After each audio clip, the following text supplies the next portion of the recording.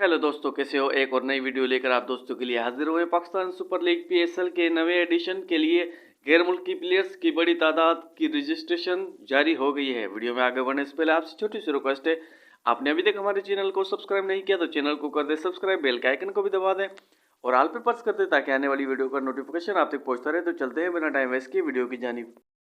Pakistan cricket board की PCB के मुताबिक 22 मुल्कों ममालिक से एक 485 बैनुल अक़वामी खिलाड़ियों ने 13 दिसंबर को नेशनल स्टेडियम लाहौर में होने वाले पीएसएल के प्लेयर्स ट्रॉफी 2024 के लिए रजिस्ट्रेशन करवा दी है। तफसीलात के मुताबिक 46 खिलाड़ी प्लेटिनम कैटेगरी में जबकि 76 खिलाड़ी डायमंड कैटेगरी में शामिल किए गए हैं।